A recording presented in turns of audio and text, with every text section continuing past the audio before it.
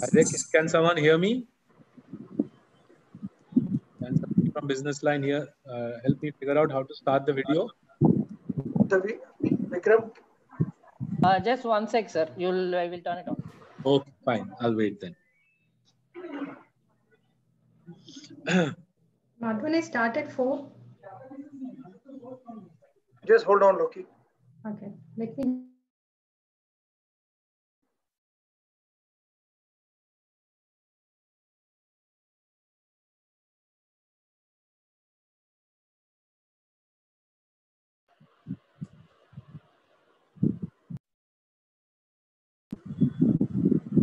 You need to enable the video. Actually, you're not enabled my video. Same here. Same here. If you could enable video here as well.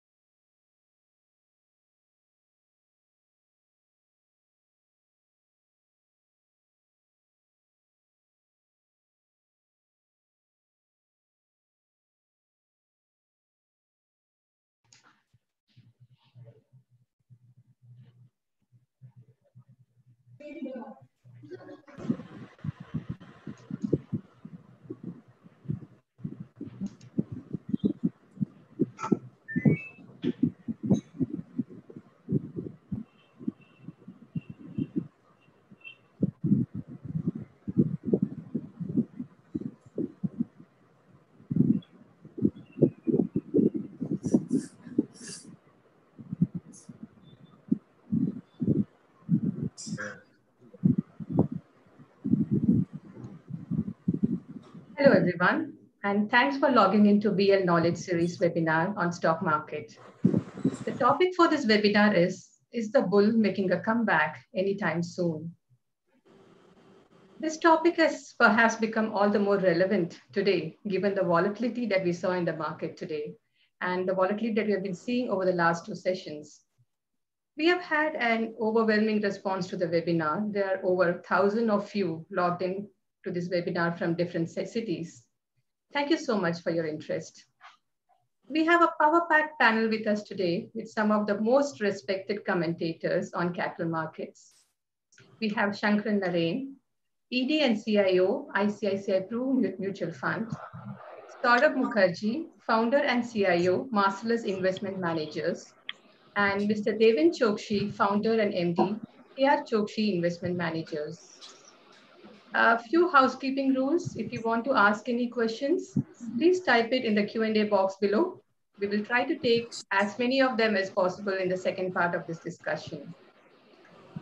Before we go into a Q&A with our experts, I would like to make a brief presentation to set the context to our discussion here.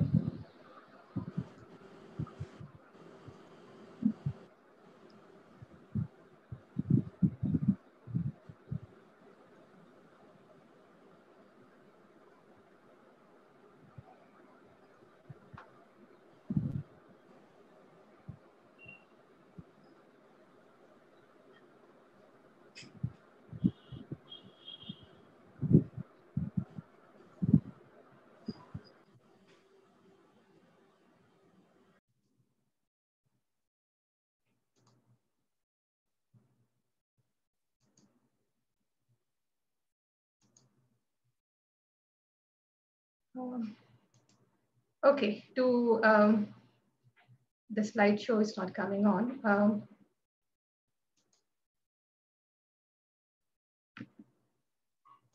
Sorry about that. So I think we should just go with this.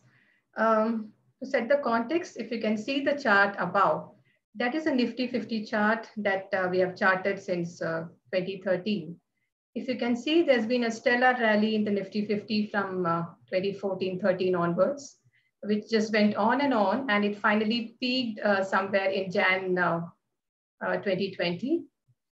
And after that, there was a precipitous fall in the Nifty 50 in March. This fall did not last too long. And just when we all thought that things were going to get even worse, the Nifty 50 just reversed higher. And before we knew it, it was almost 30% higher from where it was towards the end of March. And now, of course, we are seeing more volatility. It's coming down, it's going up, and so on. But if you thought that Nifty 50 was the only index, India was the only index that was going higher, then you would be wrong. Because if we can see the lower deck, we can see the second chart is a NASDAQ. The NASDAQ is actually well above its previous peak, and it's at a new lifetime high. So it's the case with S&P 500 index, the US index. It's moving very, very close to its previous high. And also the DAX, German's DAX index, and many other advanced economies indices, they've actually covered a lot of ground and are close to their new highs. What has actually surprised everyone is that this rally happened despite severe headwinds. We all know that economy was in a very bad shape because of the lockdown that happened. World Bank's most recent estimate says that there's going to be a 5.2% contraction in global GDP in 2020. And this is supposed to be the deepest global recession in decades. For India, I think various research houses are projecting somewhere between 5 to 6% contraction in FY21. The earnings picture for Indian companies isn't too great either. When we saw the Q4 FY20 earnings for the Nifty 50 companies, about 35 of them have declared results so far. On an aggregate basis, the revenue is actually down 1% compared to the same quarter the previous year. And aggregate profit is actually down 38%. And we should keep in mind in March that the lockdown was only effective for 2 weeks. So the pain is going to be much worse in June quarter. So how did this disconnect happen between the economy and the corporate earnings and the stock prices? Why the stock price is booming like this? For this, I'd like to show you the picture here. These charts are based on Citi Research. This all of actually due to the central bank stimulus. As we all know, the Federal Reserve and the ECB and the Bank of Japan and so on have been pumping in enormous amount of money to save their economies from the COVID-related issues. The Fed has actually been at the forefront, and the bond purchases is a 12-month rolling bond purchases by the central banks actually zoomed in March. The Federal Reserve has actually purchased close to about $4 trillion. And of course, we have the ECB that followed suit, and there was others. And the emerging market central banks were a little bit slower over there. What happens is all this money that's pumped in by the central banks tends to find its way into the equity markets also. So we have empirical evidence to that extent. So if you can see the graph, the second graph, this is also based on Citi Research. They have plotted the MSCI World Index along with the central bank's bond purchases.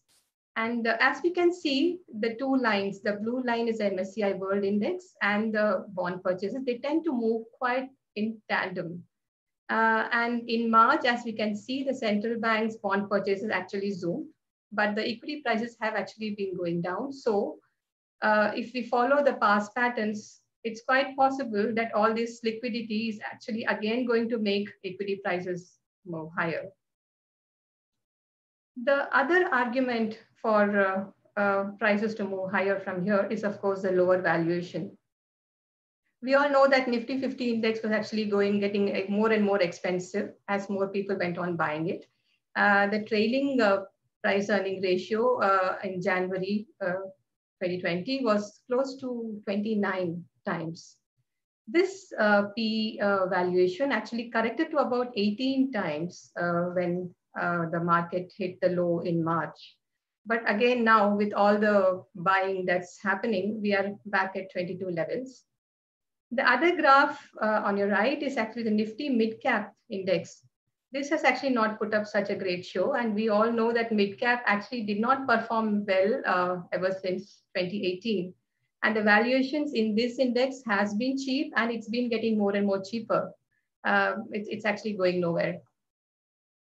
And the final argument for Indian equity is that it's actually rewarded those who held on for the longer term. This is the rolling return of Sensex taken from 1992 onwards. So if we can see, the light blue line is actually the 1-year rolling return. And you can see there's all this noise and there's so much of volatility, the price is going up and they're going down and so on. But if you see the other two lines, the dark blue line is a 5-year rolling return and the lighter blue green line is the 10-year rolling return. So you can see they are rather sedate and they've been giving you a proper return, a more steady return over the longer term. So even in June 2020, the 10-year CAGR rolling return in Sensex was about 7%, and the 5-year rolling return was 5%. Only the 1-year rolling return was about minus 15%. So I'd like to stop here and I'll move on to our experts here to get their comments. Naren, is Naren there? Naren, I'd like to start with you. Yeah. Yeah. Yeah, unmute. Yeah, I'll unmute yourself.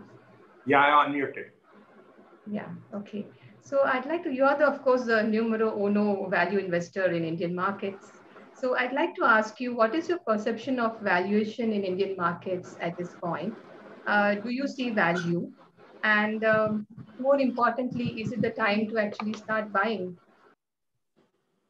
See, we see a lot of value in a lot of stocks, and we see no value in a small set of stocks. But the reality is that the few stocks where there is no value, those stocks continue to go up. And you have to look at this whole thing from exactly the way you pointed out, the $4 trillion that the US Fed put into the markets in the month of March. And the commitment made 2 days back that they will continue to put as much money as needed into the markets. So frankly, we are in a very, very different period of time where the global central banks are the people who are keeping stock markets in fine fettle. So who would have expected that you will have zero interest rates forever? And that is what the global central banks seem to be promising. And India is possibly one of the few countries in the world where the central bank has ensured that you don't have zero interest rates.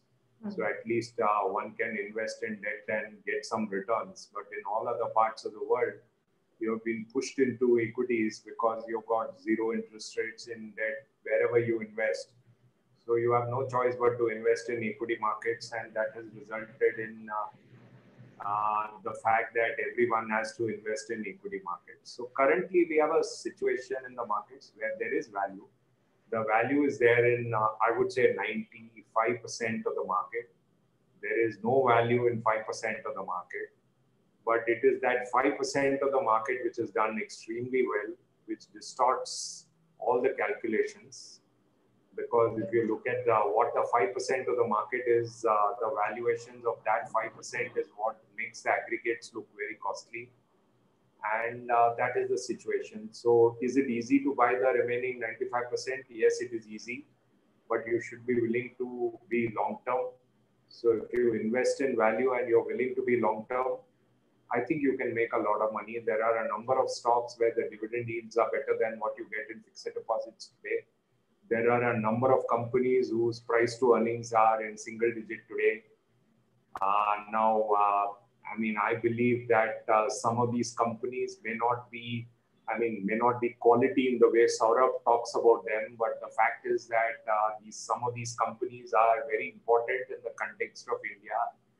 And I believe that there is a lot of value in wide varieties of companies at this point of time. And I'm not a believer at this point of time that if you buy the very costly companies in the market just because they have corporate governance, you're going to make money, because if you had to do that, then I would rather buy AA debt at this point of time, because AA debt in India still yields you very decent returns. So you can buy AA credit paper at this point of time and then sit on it. That I think is a better way to invest if you want to invest, safely. And that is a safer way to invest at this point of time than invest in quality stocks. So I think there is fair amount of value, and this is not an India problem, this is a global problem. Even in the world, if you excluded, if you take the US market, if you excluded the top 7 stocks, I would say that the US market has also not done well. Things have been changing. Been a trend towards other stocks doing well.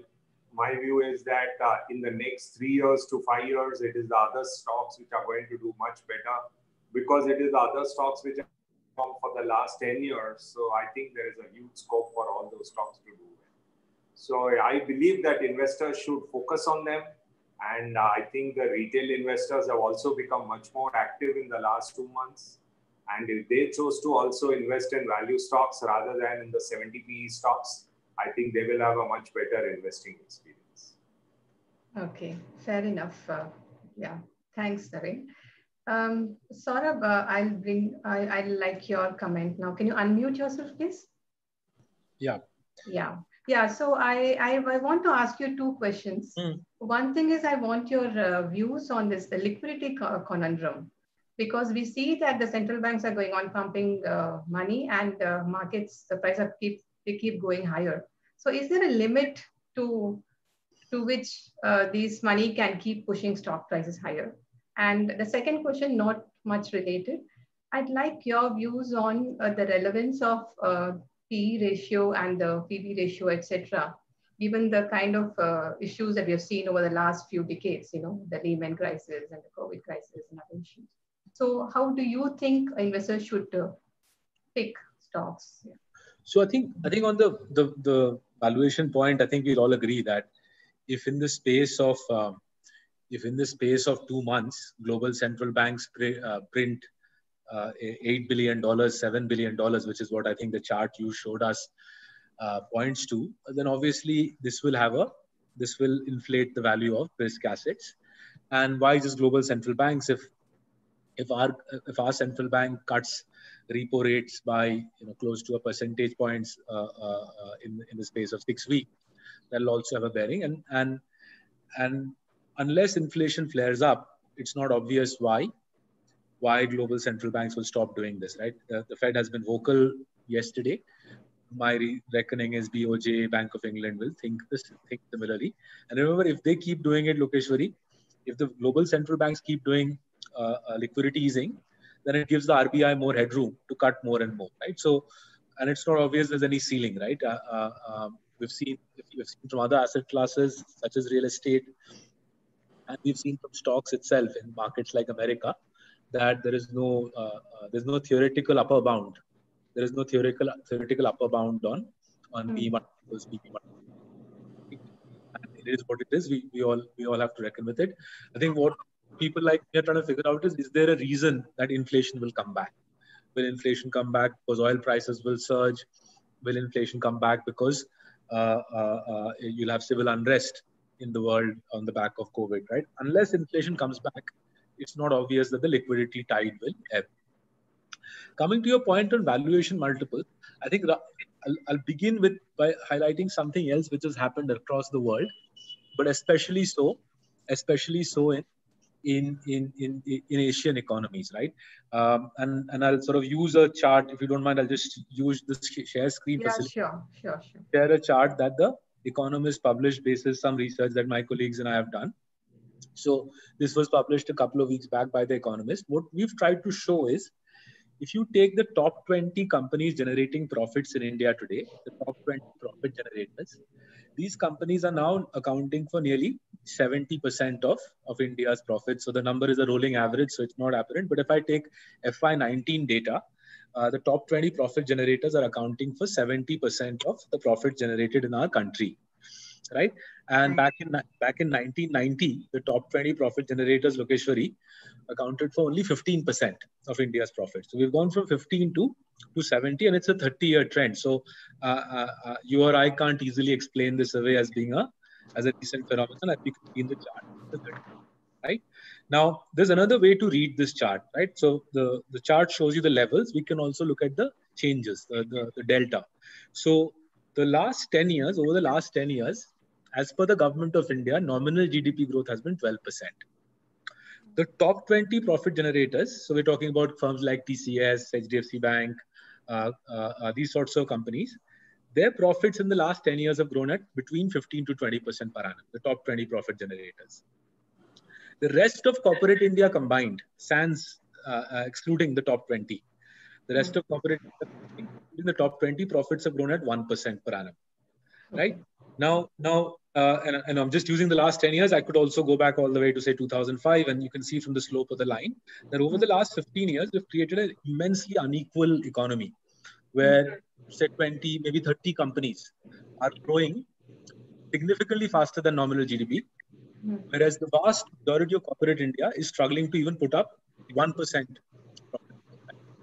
Now, I don't fully understand why this is happening. People like senior people like Naren, Deven might have a better grip on this. But from what we can see, from the limited understanding we have of this issue, there are two things happening which are allowing the large to get larger, more powerful.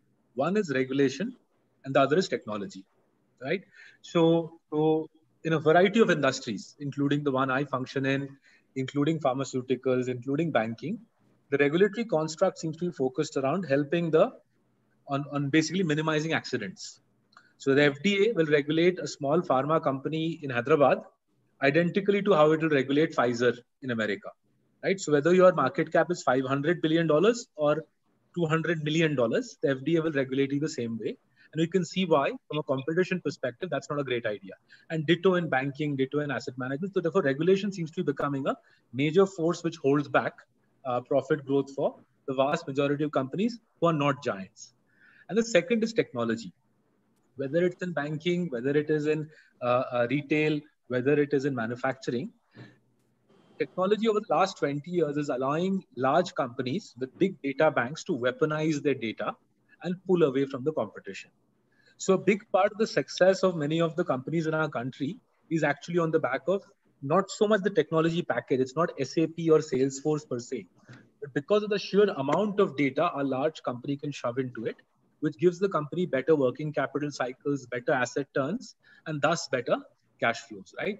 Now, that is the limited understanding we have in India. But this subject of why the large are getting larger and larger, much faster than national GDP growth, is the main dynamic which is propelling to multiples being giddy for a small minority of companies.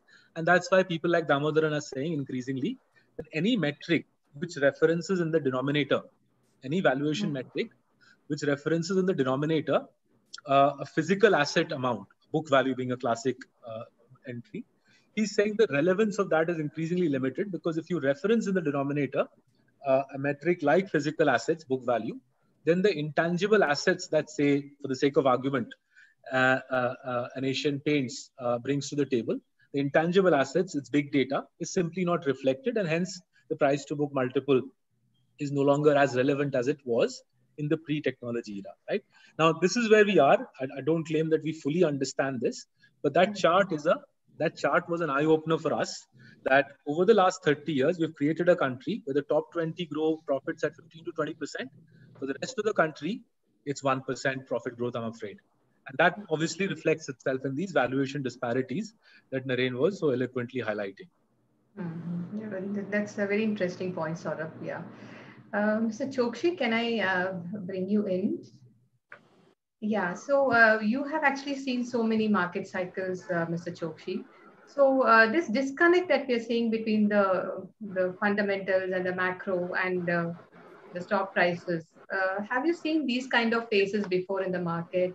And what should investors do? Should they take the stock prices, the ticker, seriously, or should they just be circumspect and act cautious? What is your view here? Yeah, thank you, Lokeshwari, for having me here. And see the important aspect about market cycles. I think if we have studied few market cycles in last uh, 30 years, and what we have found that in every 8 years of market cycle, typically we find that the second leg of market cycle so we break up the market cycle between two parts. First 4 years and the second 4 years. In the second half of the market cycle, probably in every 8 years, you find that typically last 2 years are the ones in which you find irrational exuberance as far as the market, the valuations and the crazy valuations are concerned. You may typically see this thing happening from 1992 to 2000, wherein in 2000 market peaked. From 2000 to 2008, again in 2000 market peaked. You would find last 2 years of those particular cycle. Market probably showed irrational exuberance. Same thing happened, again when the market peaked in little later to 2016, but somewhere in 2017 middle, it peaked, and probably we saw a similar amount of exuberance as far as the valuation is concerned. And in every 8 year cycle, you find this particular aspect. Why so? Because what importantly we have observed in this entire market cycle, the people would probably, in the first few years, would not be very comfortable investing into the market. They come only in the later stage of the investment. And that's where you probably find this kind of irrational exuberance on one side. Second thing, of late, in last 10 years, one of the significant factor which has probably worked for this kind of irrational exuberance, and as Naren and Saurabh were making a point on some of the companies, probably becoming larger. If you see, the role of passive funds in the world market, they have started putting in the larger amount of money through the derivative markets into some of the larger stocks where they get liquidity to play with. And in such kind of stocks, probably they keep on putting in larger money, keep on trading around in those stocks. As a result of which, you might find, the valuations going up to the crazy level, and those companies getting money also very attractively because the size itself is big enough. So it works. It is basically a fuel which is working. That on one side, the larger the size by way of market cap, on other side, the valuations have, remain on the higher level. And at the same time, you are getting more money attracted because of the size that you are commanding. So we have seen this kind of cycle. In my viewpoint, we will probably have to once again discover few more traits as far as the businesses are concerned. Which companies would probably have the larger amount of bandwidth to execute the given opportunity. And there would be few in every cycle. You will find that few companies have actually shown a different kind of a character in way of execution of the business that they have basically cultivated, and they came out differently. We can probably talk names at some point of time, but what my point of view here is that if the larger company is becoming larger, it is basically the amount of money that they are in a position to attract, and this amount of money that they are attracting is also because of the fact that the passive funds are basically fueling the entire rally into the market, given the sheer amount of liquidity that they are enjoying at this point of time. In fact, if you see from 2009 onwards, the amount of stimulus package which was given till 2014-15 under Q3 or so, Q3, Q4, the kind of money that has been talked about, and by way of stimulus in this particular fall, is probably 6 to 7 times bigger than the what money the markets have printed or markets have attracted in last 5-6 years after 2009. If that is so, then in such situation, sheer liquidity-driven market rally would probably continue, and that could possibly surprise and confuse many people going forward as far as the market rhythm and the momentum is concerned. So we have to live with this part of it. At the same time, keep spotting around, good quality investment stocks where the promoters, probably makes the difference, and the management, produces that particular, what you call, approach in form of execution of those particular strategies. We could talk on those individual stocks, but my point is that yes, these are the opportunities in some of the stocks when the market is basically showing the liquidity-driven rally, which we are talking about currently. Okay, thank you. Thank you so much for those insights. At this point, I'd like to do a poll, a survey of all three panelists. I'd like a very brief answer from all of you. The question is, do you think the floor is there for the Nifty 50? It has been formed in the March lows. Maybe are we going to break it or not? And the second part is, do you think, all of us want to know, is the Nifty 50 going to go back to its previous peak anytime soon? That is the question that we are trying to address in this webinar as well. So two parts to the question. Maybe Saurabh, you can take it first. So I think I'll answer the latter one. That's easier. So of course, the Nifty 50 will exceed its. Yeah. Okay. Very good. At some stage. Good to hear that. The previous one is a little harder. So all fairness, if COVID does not have a second wave in our country, if we don't get another second wave, and don't ask me what is the second wave, because I think we're still living through what looks like a powerhouse wave as it is. So provided we don't get a acceleration in the COVID trend, I think the Nifty bottom has been already formed. Okay. Mr. Chokshi, your views? Yes, I would probably agree that I think on one side in the month of March, late March, I think we have had the panic bottom created due to, I think, significantly large issues which combined together. On one side, I think we saw a sharp cut in the oil prices, I think, which later ended up into extending the collateral losses to different other asset classes. So which forced, I think, some of the investors to sell and pull out money from the equity markets, including emerging equity markets. And on the top of it, I think as the pandemic started at that point of time, somewhere in the middle of March, I think a typical phase of capitulation took place. And by, I think, 24th of March, when the Nifty touched 7,500, I think it was mainly, I think, a capitulation which took place. In my viewpoint, I think that panic is over. That is what I think I would like to believe. However, at the same time, I think the markets would continue to experience larger amount of volatility for those unknown fear that we kept on getting from one or the other surfaces every now and then during this particular situation. Either it is a lockdown or unlocking of the situation, either it is a credit squeeze in the markets. I think you are going to see such kind of negative news coming in, and that could possibly extend the volatility and may continue to have volatility. But yes, certainly one could argue that panic fall is over as far as I think markets are concerned. Good to hear that. Naren, can I have your views on that? I don't think March bottom will be tested. Very good. Doesn't appear to me tested. At the same time, I don't think 12,300 is a target that is going to be easily crossed this year. It will take more time for it to be crossed because the economic impact of COVID has been pretty deep. So even though Fed has pumped so much of money, I would be very surprised if 12,300 was crossed this year. Obviously, it will get crossed later, but I would be very surprised if it were crossed this year. So I think our viewers will be very happy to hear that. All three of our experts think that the market may not break the March lows, but I think two of them are circumspect about the extent to which this rally can extend. And I think Saurabh thinks it can actually extend sometimes.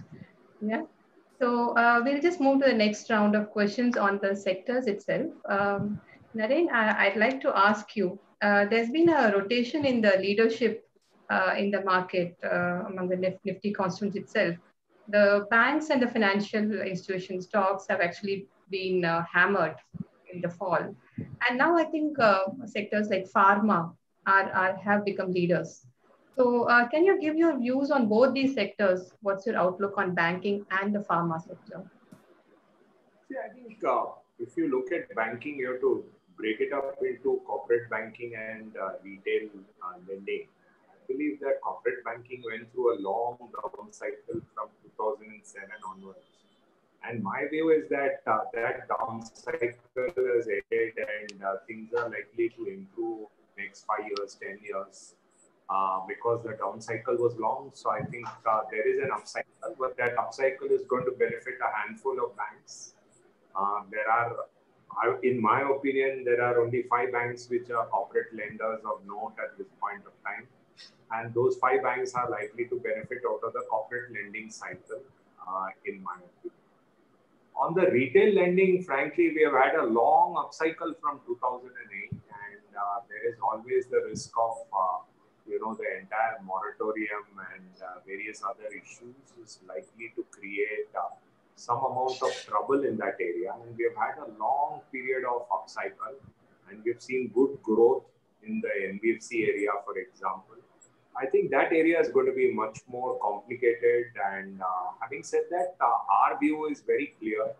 If you're a long-term investor for the next 2 to 5 years, I think there are 5 banks which are in a very, very good position to grow.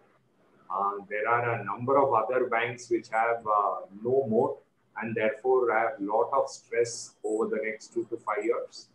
There are a set of regional banks which have niches. They have to develop their niche to grow. If they actually capitalize on their niche and focus on their niche and expand their niche, they can grow. That's how we look at it. I think NBFCs, particularly what has not been backed by big industrial houses, they're going through a stressful period. And I think the real estate NBFCs are the people who have actually big stress outside 1 or 2 players who are very large. I think the real estate oriented NBFCs is a big challenge. So overall, I would say we have to be very stock specific in banking. Pharma, if you look at it, if you compare it with consumer staples, we believe that the sector was very undervalued and we had built a very good overweight position in many of our funds. And thanks to COVID, the sector actually performed. And today the sector is fairly valued. It's no longer deeply undervalued as it was pre-COVID. And we continue to think that if we look at the very long term, the sector is very attractive. But there has been good underperformance in the sector and now the sector has reached fair valuation. So for the sector to deliver, we need to continue to see good progress in the US generic business of some of the players, the ability to continue to grow the domestic business. So I would say that it is a fairly valued sector with good outlook. So it makes sense to hold on, but it is no longer a deeply undervalued sector outside 1 or 2 stocks at this point in time. So I would say banking is very interesting long-term investment at this level. Pharma is an interesting long-term hold at this level. That's how we look at it, barring a few cases. Okay, yeah, thank you. Mr. Chokshi, I'd like to ask you, if there's one stock that has actually powered this rally in April and May, that is Reliance Industries. Can you tell us about what's your view on Reliance Industry? Is it going to keep running up like this and stunning people with all these stake sales and RGO's prospects and so on, and helping Nifty also rise? I think to understand this particular subject of Reliance, I think probably we'll have to look at how exactly they have moved or transformed themselves from the conventional hydrocarbon-based model, business model, which is basically oil exploration to refining to derivatives of the refining into the petrochemicals and polymers. The entire value chain on which I think this company grew and I think created a size of 80-90,000 crore EBITDA. I think they have basically, I think, systematically articulated a consumer-facing business in the decade starting from 2010-12 onwards, in which I think they created the geo and the retail platforms. Now, if you look at today's Reliance, they have actually in 10 years' time, they have transformed themselves. On one side, the oil to chemical company, which is now being separated out of main Reliance and I think created as a part of the Reliance Group itself, I think a subsidiary company under Reliance Industries. That is one company which is going to focus more on the specialty chemical segment of the business from pure hydrocarbon, which is a commodity segment of the business. So this is one, I think, area which is continuing to remain, I think, a strong focus at the same time. But more importantly, I think to answer your question, I think whether we see the continuity of this kind of a rally into the market for Reliance, I think we'll have to understand the consumer-facing businesses of Reliance, which is geo platforms and retail. In fact, I think geo platform is typically, I think, 3 segments, I think, which they have built. One is a mobility segment, I think, which is basically acquiring a direct subscriber or customer into the portfolio. Then you have fiber to home segment, which is basically taking all the 3 or 4 or 5 networks into one particular fiber and allowing you to expand into different kind of an applications. And then you have the enterprise segment of the business, wherein you have the likes of JioMart, JioMeets kind of applications coming up and probably powering the e-commerce segment, for example, at this point of time in form of, say, retailers.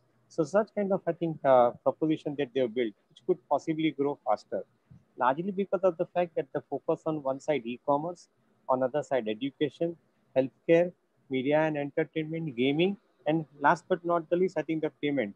If you see these 6 platforms which are coming up for them, I think they have created a significantly large possibility for themselves to scale up the business. And that's where I believe that I think the amount of opportunity that they would have going forward would be far more bigger.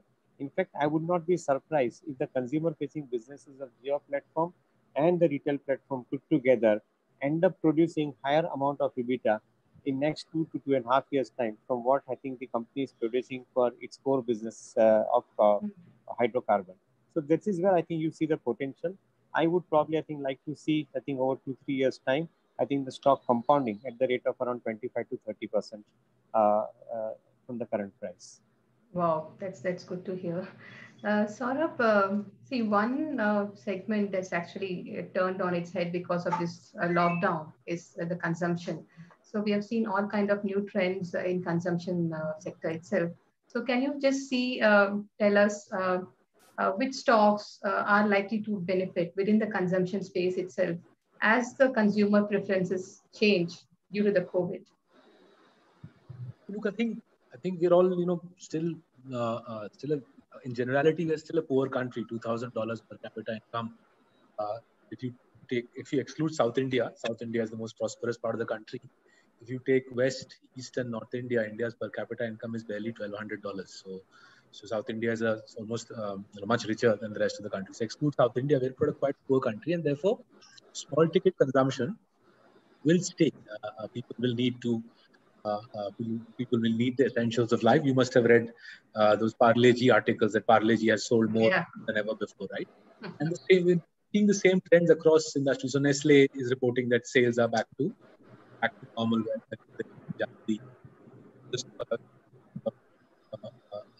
Apparel supplier, food supplier to the undergarment industry.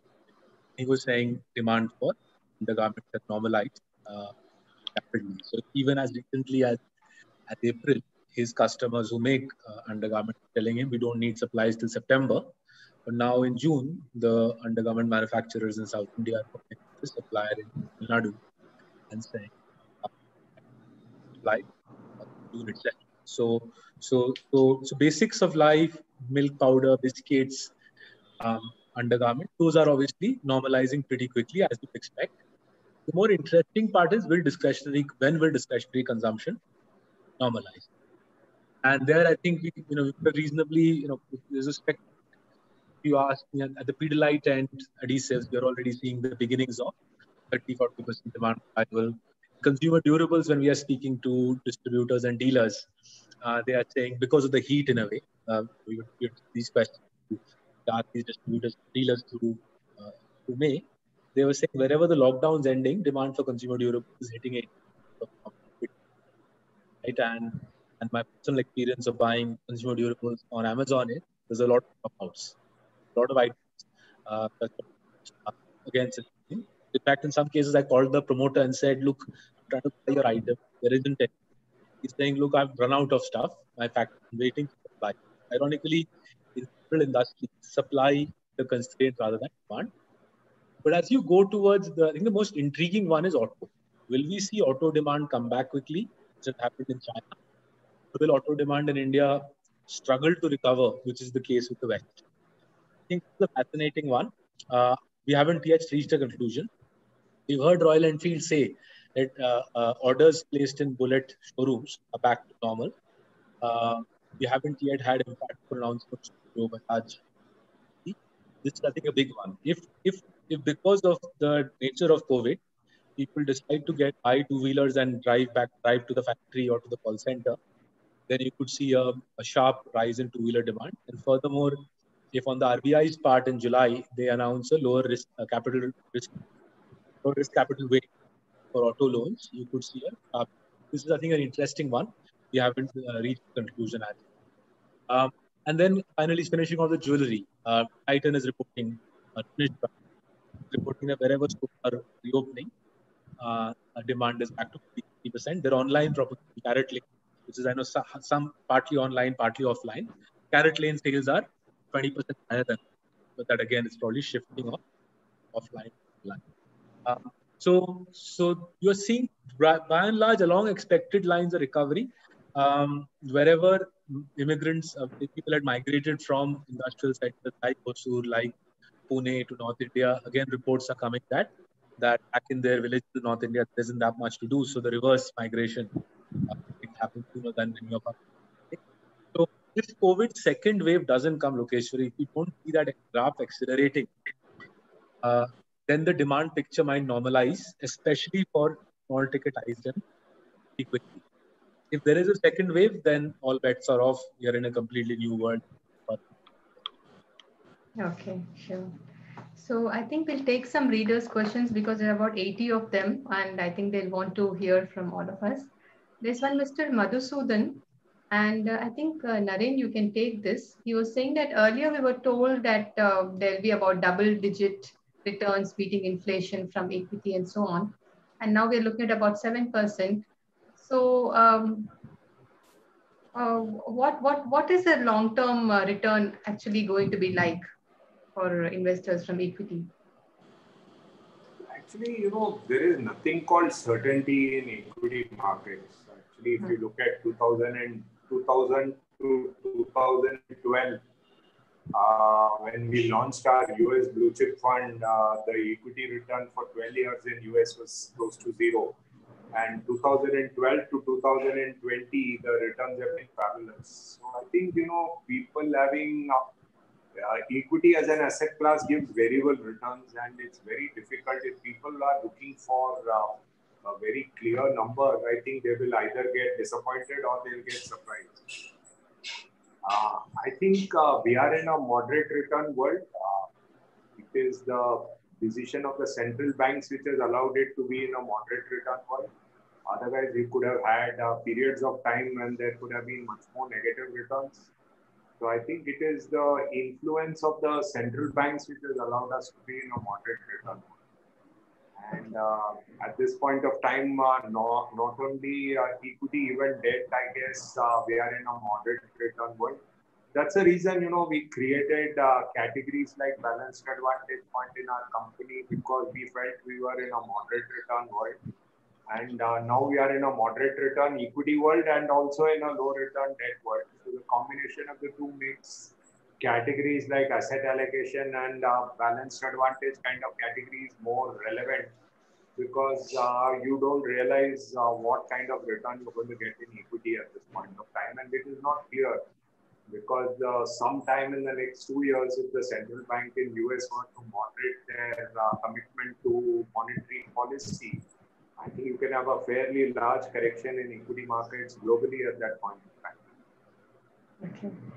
Mr. Chokshi, I'd just like to ask you, do you see any positive drivers in the equity markets at this point? What are the positives? So importantly, I think India as a country has already created one good situation in the globe, wherein I think we have laid down the entire investment program for implementation, covering various infrastructure sector, and largely I think the government promoted activities on the side. You have already, I think before this COVID situation happened, a large infrastructure projects starting from industrial corridors, I think that they talked about, merging of the various networks, the road, the rail, the waterways, the airways, I think into seamlessly, I think for supply chain bottlenecks, debottlenecking of supply chain mechanism. On that side, I think they created. So obviously as a country, even for that matter, the social infrastructure projects that the country has been talking about, my point of view that I think we have already created a situation to attract the large part of the global investment into the country. And I think that is continue to be so. This 3-6 months of time, probably due to this COVID situation in the world, could possibly, I think, affect the rhythm to a certain extent, but it's not likely to postpone it completely. So from that point of view, if you see, the opportunity for India would be much larger. In fact, I think we are already, I think, a good market for many of the participants of the world. At the same time, if the loss of China on one side, both economically as well as emotionally, I think people have started rejecting China. If that trend probably starts favoring country like India, where we have already started putting some corrective actions as far as attracting the investment is concerned, then in my viewpoint, I think this is going to be a good time going forward for Indian investors. They may probably see this market as an opportunity for adding into their investment portfolio, because next 5 to 10 years period, I think, which is going to be significantly bigger period for, I think, the country as a whole, could be in favor of India in the globe. So I think I'm really optimistic about this possibility. Don't want to put any numbers at this point of time because I think they could change over a period of time. But I take one point into account that if the decades of, I think, 1990 to 2010 belong to China, probably I think now 2020 onwards, I think next 15 years would be the years for India. And that's where I think I see a bigger opportunity in different sectors, different companies within those sectors going forward. That's really good to hear. Thank you so much. Saurabh, one Mr. Pradipta Sahu wants to know which are the sunrise sectors now? Would you like to say something about that? Honestly, I've never really thought about sunrise and sunset. And if I tell you a sector sunrise, inevitably the sun will set on it. But I think two sectors which look very interesting are auto, for the reasons I mentioned. But if you ever needed a stimulus to buy auto, you surely have one. Do you really want to travel on a crowded train in Bombay? And everybody's got a mask on. As it is, it's difficult to breathe. Then you have a mask on. You spend 60,000 rupees buying a motorbike, especially if the RBI reduces the weight. I think that proposition to me, my mind looks like a no-brainer, and I'm sure folks in Chennai will have their equivalent of this mathematics: commuter train versus two-wheeler. So auto looks very interesting. I think the EV threat, we had overdone it. They're still overdoing it, and I think this whole notion that you can have free cash flow generating clean auto companies and high quality auto banks trading at 11, 12, 13. This looks to be quite extraordinary. And my reckoning is there's bargains there. And I think very, very interesting sector, Indian auto at this juncture. The other one is banking and NBFCs, because this is a sector that is easy to consolidate and ripe for consolidation. So banking, I think Naren's already spoken about eloquently, no point my repeating that. NBFCs, I think we're going to see massive consolidation. So 98, 99, from what I wasn't in India then, but what I've read, 80% of India's NBFCs folded up in that period. So like 30, 40,000 NBFCs went past. And out of that, crisis emerged, say a giant like HDFC, and went on to dominate housing finance. I think this time around, we are going into this crisis with 8,000, 9,000 NBFCs. I'm not saying we'll have 80% consolidation, but it looks like there'll be heavy consolidation. There's something like $30 billion of commercial paper falling due the next 12 months, where the NBFCs will refinance it from. It's not obvious to me who's going to give them money to finance $30 billion. So there will be consolidation. And therefore, this sector too could end up like, say, a paint or biscuits or cooking oil with 2, 3, 4 players accounting for 90% market share. Right? So Naren said private sector banks, already four banks account for 85% of the private sector bank market share. So by the same token, NBFCs also could see remarkable consolidation. And anybody can second guess those 3 or 4 players will be who will end up garnering the whole sector. At these valuations, it looks like incredibly place to invest. So 2 incredibly interesting sector, NBFCs, which will exist, right? Our country, the big banks, ICICI Bank, Kotak Bank, HDFC, and they'll only finance people like us. People who are poorer, whose businesses are more unusual, will need NBFCs, and big sector, 3 or 4 giants will arise who will be the Leviathans in that sector. An auto sector ripe for a revival. COVID could be the trigger. Can keep on this loop call behind those revival companies.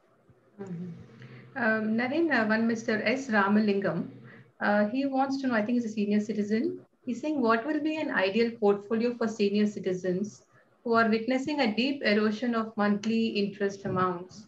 Can they park their funds in equity? So maybe you can suggest some low risk or whatever equity funds that they can consider. I think equity fund is can never be a low risk. Low risk, yeah. I think, in India, somehow of late, I have noticed this word low risk being associated with equity. SEBI has clearly asked us to publish this thing, and equity can never be low risk. I think it's much better that people invest in debt funds. And many of the debt funds are clearly low risk. And it looks like that people are thinking that debt is higher risk. Debt is not high risk. And I would say that there are a lot of moderate duration debt funds that people should consider at this point of time for investment, and they are low risk. And I would say hybrid asset allocation funds are the second they can consider. These are the two they can consider, but I would say it would be debt followed by hybrid asset allocation, not equity. Equity is strict no-no for anything for retired people looking for stable monthly income. Okay, point taken. Mr. Chokshi, Mr. Golak Maikap, he's asking, is it advisable to invest in mid-cap stocks now? So again, I think the generalization will not help here. I think those companies within the mid-cap space where you find adequate amount of bandwidth to execute the kind of opportunity on which they are operating would be the one will have to look at and one will have to find out. In my viewpoint, I think mid-cap typically remains vulnerable to a lot of I think situation. Particularly, I think when they're catering to some of the larger companies, I think they definitely remaining on the receiving end many a times. So obviously, I think that situation in which I think if they are not commanding the pricing power because of the lack of, I think, the ability to market those products or the services, they would probably be at a disadvantage. So I would not like to, I think, generalize this mid-cap space, but yes, certainly would like to put across one important point here, that a company which is having a niche, either by way of a technology or by way of a product or by way of a superior market proposition in which I think they are operating currently, and could possibly see next 3 to 5 years in their favor and make themselves as a larger company. Such kind of companies definitely available in the universe. I think one will have to look at those companies. Obvious reasons, I think we can't discuss names in this particular platform, but certainly I think one could possibly look at some of the better quality companies run by good management. I think where you have reasonably good confidence, those mid-cap companies could possibly produce relatively better return for the investors going forward. Okay. Saurabh, this is a question from me. Given the way the central banks and the governments are fighting this COVID impact, do you think because of the ability of some countries to, put in more money, more funds to fuel their economy, will there be a kind of a divide between the advanced economies and the emerging economies going ahead? Because emerging economies don't really have that kind of money to really fight the COVID impact and fuel their economies. So do you think just because the Nasdaq and the S&P have gone to previous highs, the Sensex and Nifty's and the Bovespas and the Mexico index, etc., can follow suit? Lokeshwari, the financial market piece, I think, will equalize. See, the way it works is, if you as the Western central banks put in $7 trillion, that money inevitably ends up in the hands of fund managers in the Western world. It goes, it might go via a person on the high street getting the money, and he then goes and parks it in an FII's fund house, a mutual fund house, the American equivalent of ICICI Prudential, and then that fund manager has to look for returns across the world, right? We're already seeing the beginnings of that. So my friends who manage overseas, no better reason than the fact that they've got inflows. They are looking for bargains in the Indian market. So I think the stock market, in a way, the stocks piece will arbitrage out. If there is great value in the Indian market and the American market is fully valued, overvalued, money will come here. Where the central bank intervention and where the government intervention, the Western economies can do greater than ours is, it's more relevant for the vulnerable sections of society. Our country simply doesn't have the resources to do much for the vulnerable sections of society, and most glaringly evident in those poor, millions of people who walk back home for 100, 150 kilometers. That's where the disparity opens up, right? We have already created a society. I'm showing you the extreme end of top 20 large companies pulling away the country. And as people like us, all of us on this call, create wealth in the stock market, that these opportunities that India is giving us are not available to 400, 500, in India simply are not part of this discourse. So where COVID becomes a great unleveler, COVID pulls away, it takes away opportunities for the vulnerable sections of society. That's where the Western countries with their balance sheets and with their financial firepower are able to buffer the impact for vulnerable people. Our country can't do that. I don't think on the stock market front we need worry about falling behind. We won't do that because arbitrage itself will take care of that. Where the concern should be greater is as far away from the stock market, basic things like education, right?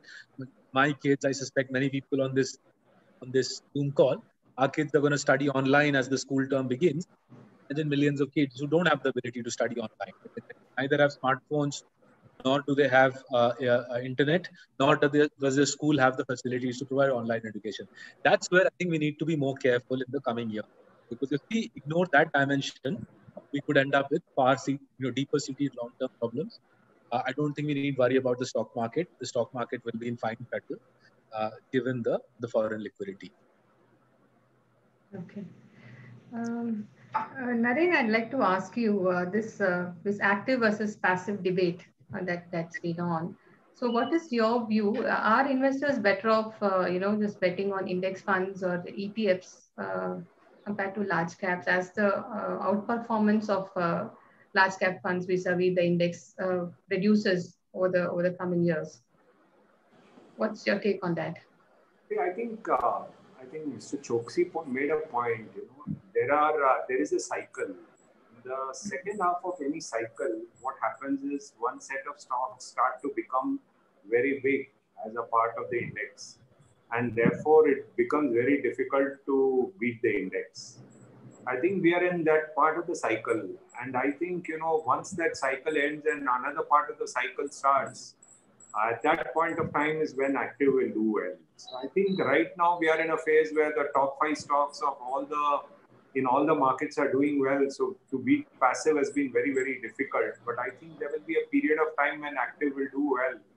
But if I take, it's a very worthy competition because of what we have seen across the world. So, but I think from a cyclical perspective, I would be very, very careful in passive because it's one small set of stocks, which are the biggest stocks, which have done well everywhere in the world. So I would be cyclically very worried about passive.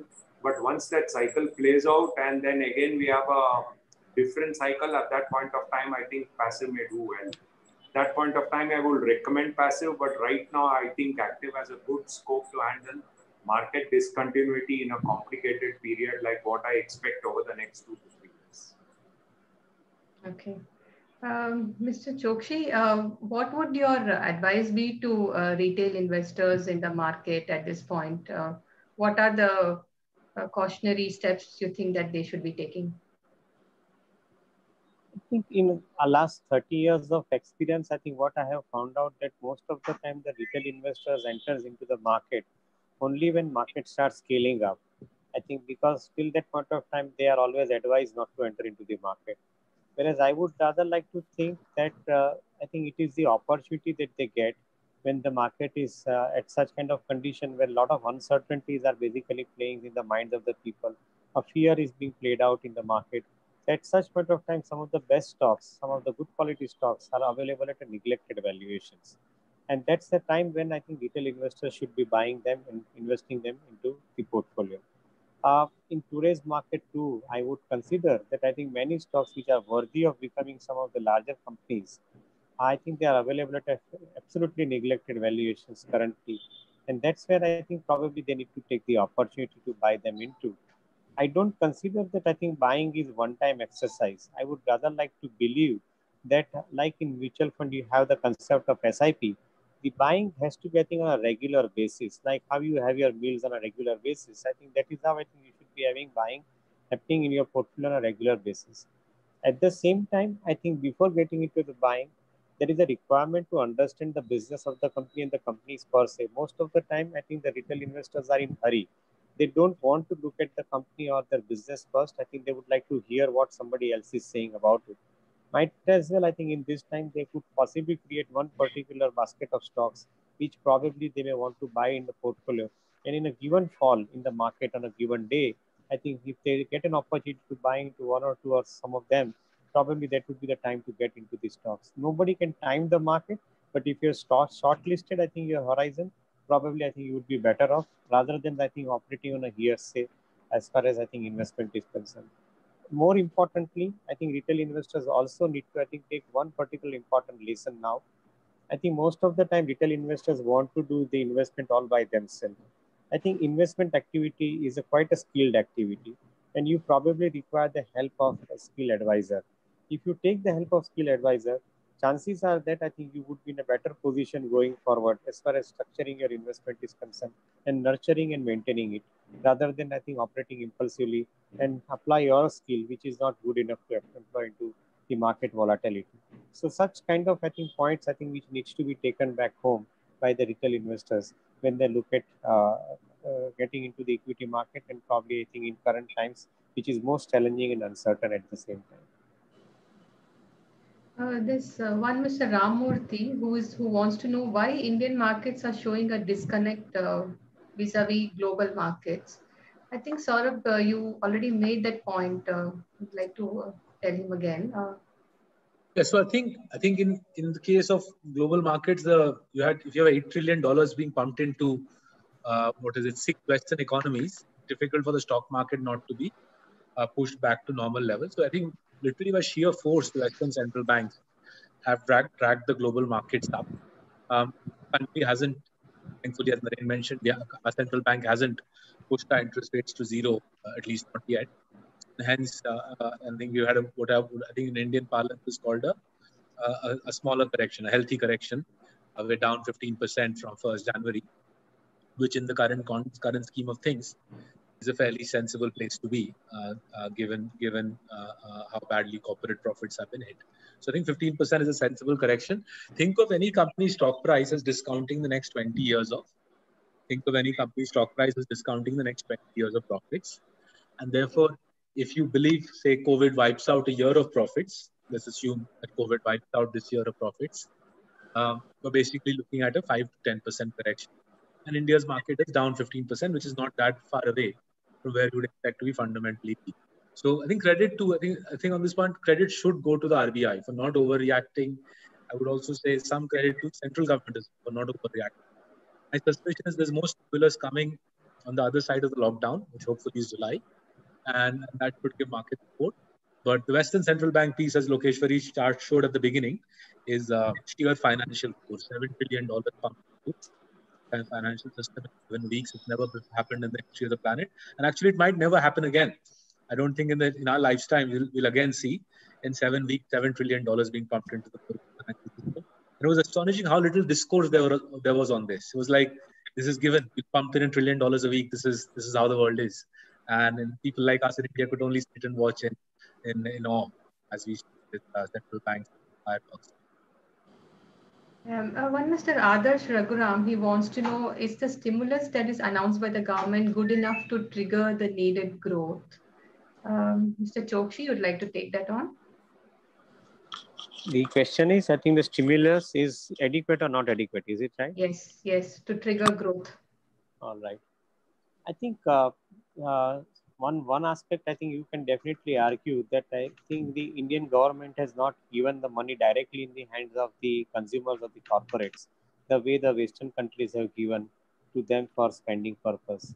So that is not the situation out here. Leave aside, I think, the small section of the society, which is, or rather, I think, large section of the society, but I think it's a small amount comparatively, which has been given by a stimulus in the hands of those poor people for, I think, supporting their livelihoods. That I think we leave aside. But I think in general, the India has not followed that path. And largely because of the fact that I think we have a difficult financial situation to manage with. And that's where I think probably because only few percentage of the lower single digit of population is basically contributing to the exchequer. So from that perspective, if you look at it, I think India has sensibly not fallen in the trap, and then probably I think given some kind of a very crazy stimulus. But I would like to believe that I think the amount of money that they have started leaving in the hands of the people, say for example, I think 3 lakh crore by way of I think the non-guaranteed loan, which is basically given by the government or by guarantee being taken by the government, I think the banks are distributing that loan to MSME. That has a good amount of power to basically, I think, start giving the liquidity back into the corporates, some of the smaller and mid-sized corporates. Plus, I think opening up the economy and creating a situation wherein they invite larger amount of investment interest is equally important, because I think some of the sectors in which the India has been probably, I think, not opening up, they have opened up in this particular reform measures. So these are some of the positive things. But yes, I think directly they have not put money into the hands of people. In my viewpoint, I think a couple of suggestions may work, if at all, I think I have to put across to the government. The first important part is that in a given situation, probably they could think of creating a tax subvention scheme, wherein I think that to the taxpayer, they give a 6 months of moratorium period in which I think they could start paying their tax obligations from 7th month onwards. Till that point of time, I think if they are allowed to keep the liquidity in their hand. In such situation, I think they would probably have better investment power, purchasing power at the same time. Second most important aspect, I think, which I would like to put across as a suggestion out here, that enough amount of, I think, companies are available at a stress valuation. And I think if they create a stress asset fund kind of a proposition here and invite from global markets, I think some of the larger players, they would probably create, I think, a good size stress asset fund, which could possibly support the requirement of funding for some of the mid and small size companies. And at the same time, I think it will give good amount of support to banks who would be in much better position, give, I think, the kind of lending to those companies. And the last but not the least, I think for the capital market segment also, and at the same time attracting investors, I think this taxation element should not be played around with.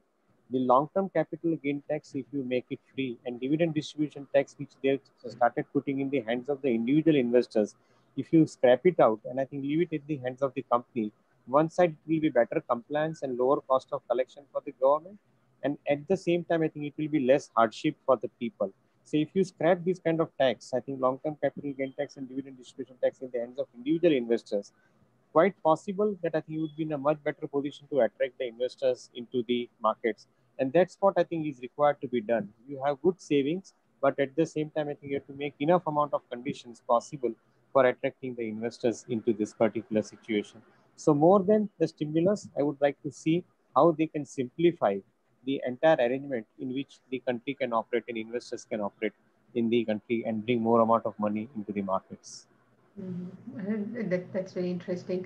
Naren, can you also add to this? Do you have any clear suggestions to the policymakers that can actually spur this equity market environment, equity investments? Actually, in the last 3 months, what we have been worried about is the fact that people have taken out money from debt mutual funds. The 1 or 3 or 5 year return on debt mutual funds has been very good. The returns have been very good, and still people have taken out money. And debt mutual funds are not fixed deposits. But if you look at the returns on the debt mutual funds, let's say of ICICI Prudential, the past returns are not equal to future returns. The returns have been good, but due to some panic reasons surrounding something which happened in April, people went and took out so much of money. So, equity is a risky asset class. I believe that people have invested in equity mutual funds since 2013, and they've also invested in categories like balanced advantage fund. I'm very happy that they've been doing it. But how can they miss debt mutual funds as an asset class? It is an asset class which has huge value for investors. And what worries me is the fact that more than equities, what worries me is the fact that people have not invested in debt mutual funds. If you look at compare the returns of debt mutual funds and equity mutual funds in any MC against, let's say, debt mutual funds, you'll find that ICICI mutual fund debt schemes have outperformed them.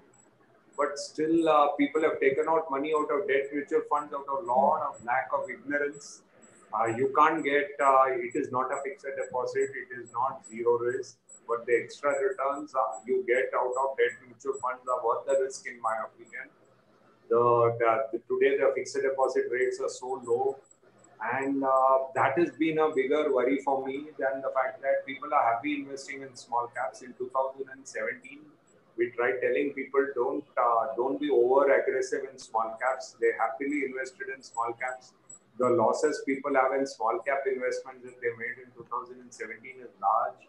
So I think it's very important that people choose to invest in ICICI mutual fund and other mutual funds on debt, equity and hybrid, and not just equity. That is my bigger task at this point. Okay. One final question. I think a lot of people want to know about the telecom sector, which is actually getting quite exciting as of now. So Chokshi, can you just give a brief on the telecom, your view on the telecom, and can wind up after that?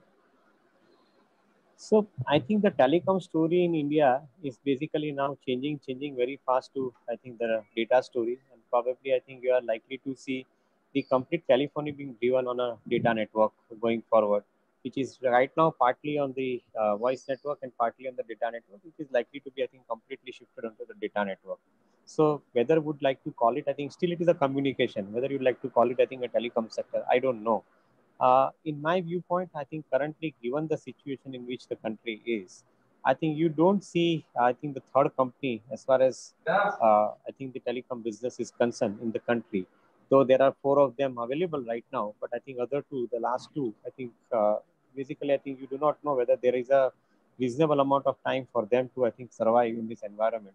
Because most importantly, the convergence of telecom with the data, and that too, I think the database application in which I think we are fast moving into. In my viewpoint, I think unless the companies have got a muscle power to spend and building the technology platforms, they would not probably be, I think, the clear survivor in this kind of a game.